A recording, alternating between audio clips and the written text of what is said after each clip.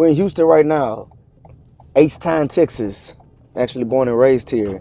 And what we're going to do today, the academy in San Antonio isn't open right now. So we open back up on Monday. So we're down here finally getting some rest. And I'm going to take Tito to a place called Heritage Muay Thai. So that's what this episode is about. It's really about going outside your comfort zone and, sparring somewhere else. What kind of etiquette do you bring? All right, because when you go somewhere and spar or train somewhere else, you're representing your academy, you're representing your coach, your facility, your team. You don't want to be that guy to give your crew a bad name, right? So what kind of etiquette do you guys practice when you go to other places and spar? I'm from Houston, but right now our facility is in San Antonio, Texas, and I don't really do the let's meet up and spar type of thing. Let's have a spar day. My academy and your gym. Let's meet up and let's train together. I don't do that. That's not really a thing. Not even in Thailand. We stayed on. I forgot the name of it, but when I was sponsored with Phuket Fight Club, I used to stay on the strip. Right? Anybody that's trained in Thailand, y'all know that it's like a gym on every corner. But the strip that I stayed on, it was a long street. And what was the name of that gym? Phuket Top Team. It was that same little road. Forgot the name of it. But you got Phuket Top Team right here. Then you got Eagle Muay Thai right here. Then you got Tiger Muay Thai right here. Then you got Phuket Fight Club. It's so many gyms within just that small area, and you'll never see them. Come on, let's go train together. Let's have a. So when I got back to the States and opened my academy, that's pretty much the same mentality that I have. All right. Also, I consider myself a bit introverted. I rock with my people that I rock with. But as far as new people and stuff, nah. But anyways, we're here now, so we're going to pick up the young guard, a.k.a. the Fresh Prince of Muay Thai, and we're going to go to Heritage. All right? Y'all going to be with us.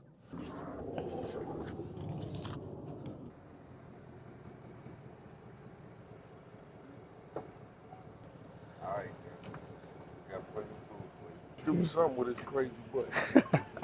What up, my man? You all right? Good. Come on. Gain directions to Heritage Muay Thai. Starting route to Heritage Muay Thai. When you go to a different gym to spar, you always want to remain respectful. You always want to be, here's another key point. When you go somewhere and you're a visitor, make sure that you're on your A game. All right, Tito? This for you too, specifically. You don't know these guys. At your own camp, you know everybody. Y'all cool. You know certain buttons you can mash.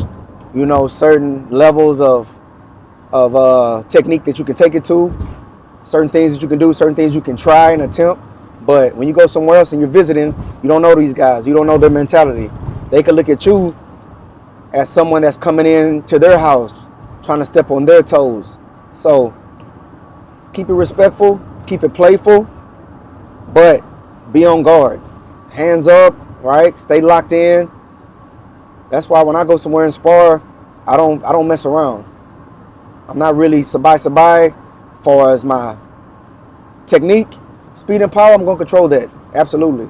But the technique, I'm not really just hands down. No, I'm looking straight at his waist, and I'm locked in because I don't know if you're trying to hurt me or not.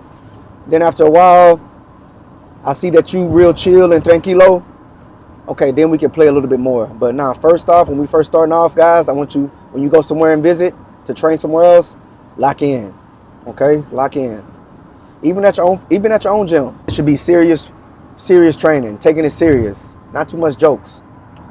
I learned that. Shout out to Phuket Fight Club. I learned that at Phuket Fight Club, man. Sitrapo, it was more laid back. The technique, supreme. The teaching, top notch.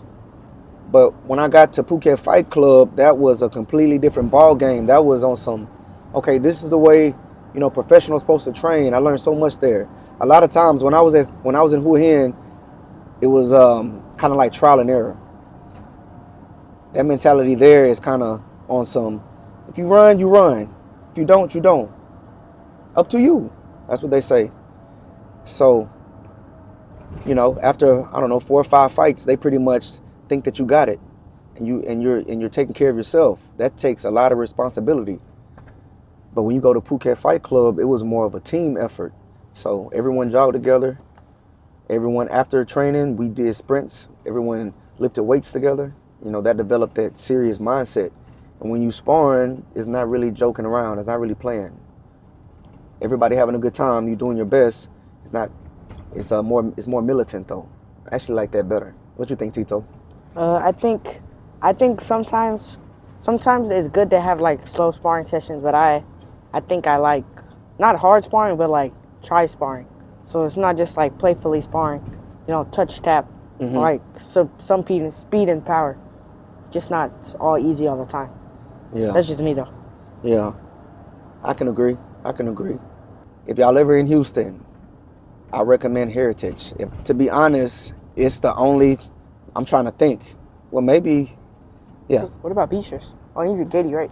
Yeah, he's in Katy. Yeah, Beecher's in Katy. Shout out to Hyena Muay Thai. They're in Katy, Texas.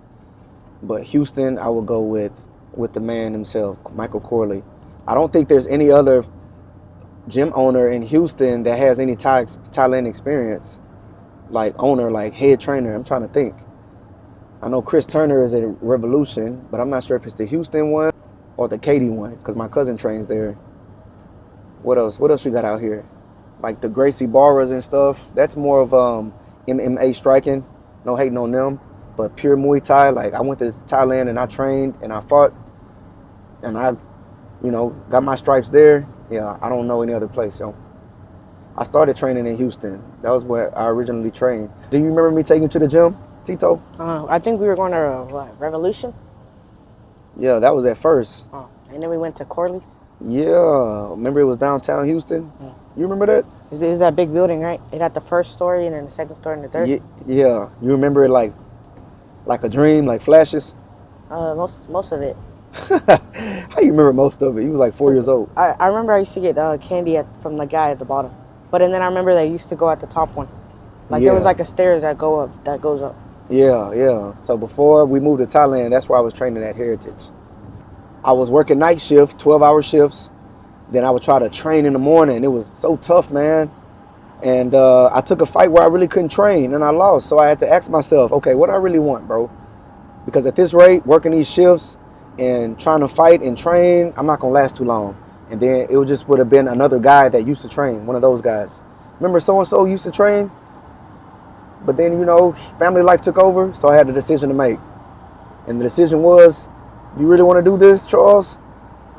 Move to Thailand. Talk to the wife, and God made provisions, man. 18 months later, we moved to Thailand.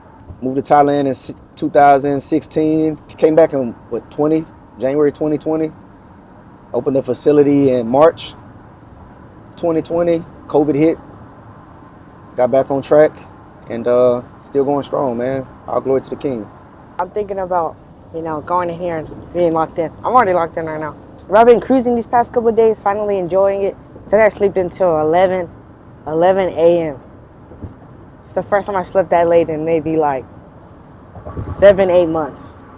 I only sleep like that either after my fights or like when I'm on vacation like this. But even like these past couple of weeks, 3 weeks, even on like the weekends, I've been getting up early for like haircuts or like the Crunch Fitness thing. So we just past 2 days. Woke up at 9:38 and then 10:54 a.m. Made my bed, brushed my teeth, took a shower, and then came downstairs at 8. Then went out and hung out with my friends.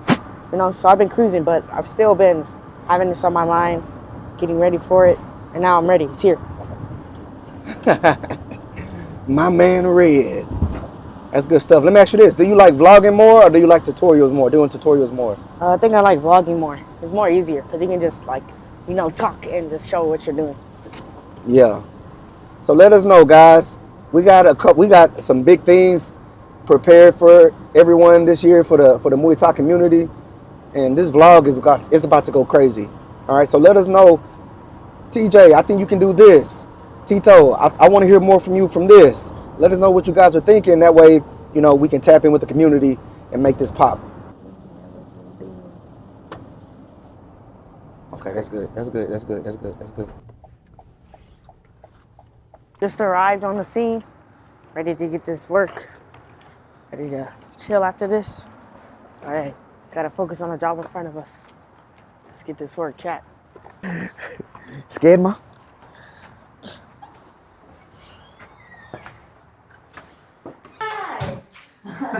We are in here with the man himself, Mr. Corley. Like I told you guys earlier, this is the #1 spot for Muay Thai in Houston.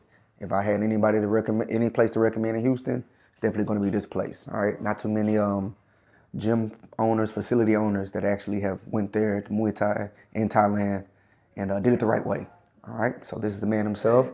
All right, yeah. Don't let the glasses fool you, man. He got something for real. Do you mind, sir, if we get some shorts for Tito? Oh, yeah. Cheers. Salud.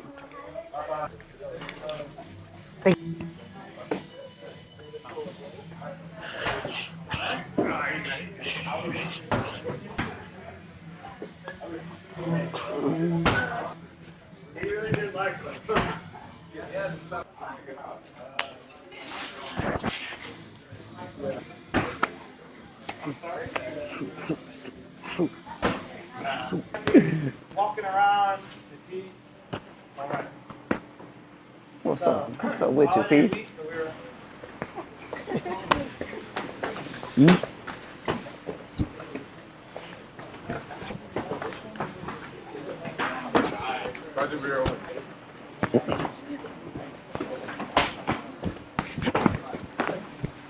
So in slow-mo, I'm here. I'm measuring. I might fake. I might look.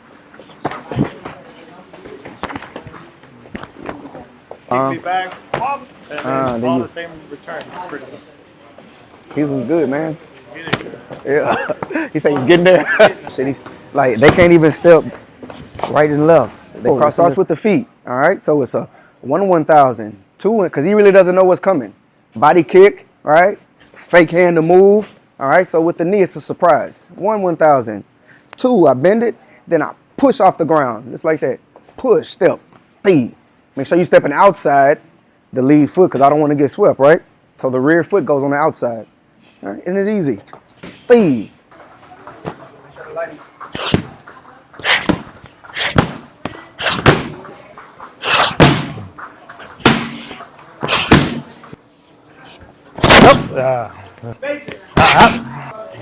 Jab teep.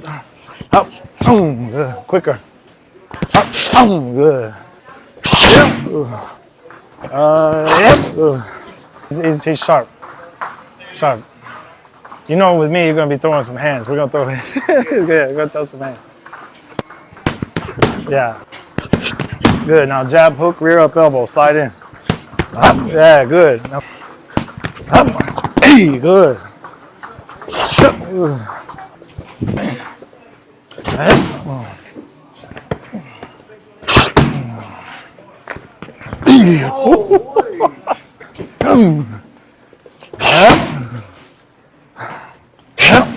Good, good, nice. Yep.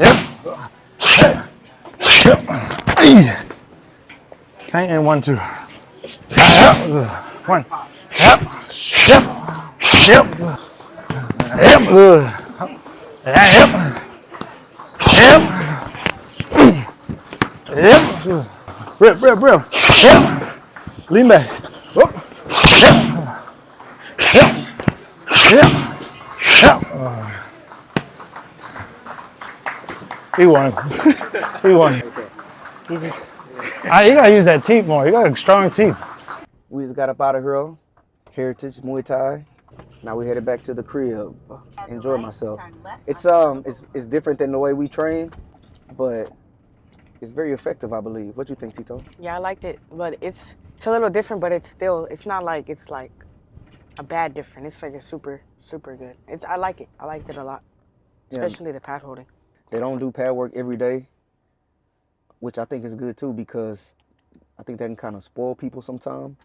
And also, I think people would just be looking for that instead of the actual technique. Remember, gang, pad work that's the easy part, right? You really get better when you put your reps in on shadow boxing and on the bag and learning the technique. So if you guys are watching this and you say, man, I don't get pad work, I wish I had more pad work. Remember, you get better from the intangibles, the not so sexy things. Shadow boxing, bag work, right? And if you learn the technique, take it in, sharpen it up. This is the way you do a right kick. All right, this is the way I do a right kick. Let me go on this bag work and try it. Let me go in and film study. Who has the best right kick? All right, let me watch that. How does he set it up? That's the way you do it, guys. All right, bag work or shadow boxing, bag work and film study.